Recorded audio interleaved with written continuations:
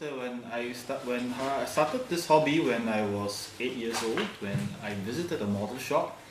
It is by chance because the model shop was next to an auntie's shop. Was selling I think it was something garment.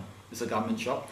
So when I was there, I saw the showcase and was immediately impressed by the showcase because they had everything. Everything was so displayed. So as a child, you were fascinated by the models, and you're not only fascinated by the design of the planes, but most importantly, it's about the scale as well. The scale is so small and so intricate. So it really draws me into this miniature world. It's like I'm like Gulliver, and into this world, like Gulliver's travels, and suddenly I'm brought to this world. And I'm so fascinated as a child, and ever since then I was so drawn by this hobby that I wanted to involve myself fully in it. And this is how this hobby grew for me. Yeah, and when you were young, how did your surrounding friends and family react to your modeling then? And how did you look at it now? I think from the start, right, my parents, they were not very happy, of course. I mean, it's like for them, it's like, oh, this is a very expensive hobby because you have to buy a lot of equipment, you have to buy paint and all this to assemble the model kit. But as I started to continue with this hobby, they saw that I was very passionate about this hobby. You know, every time when it's like, if I do well in school, I would expect, say, I want a new model kit. You know, so a lot of times it's also they show that I have a lot of passion in it. And every time when I go to school with allowance, I don't spend it on food. What I do is I keep it. And up to maybe a few months later, with enough money in the bank, in my piggy bank, I will take it to the model shop and say, oh, I want to buy this tank and all this.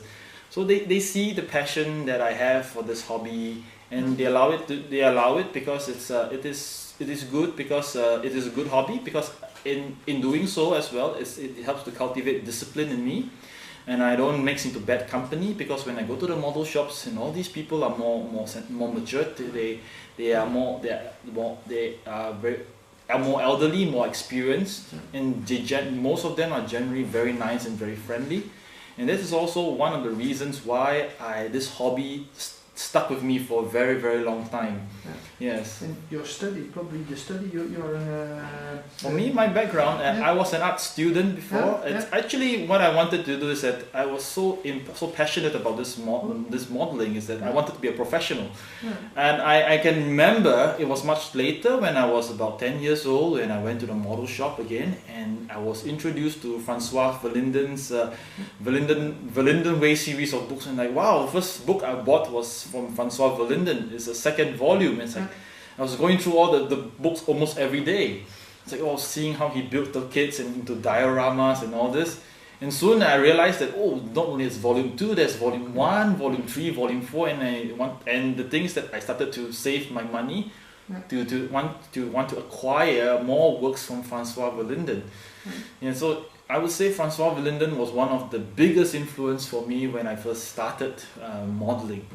Yes. You're in Francois Verlinden's style. Yes, exactly. It's today. So it's almost like paying a homage to Francois Verlinden by coming to his birthplace here.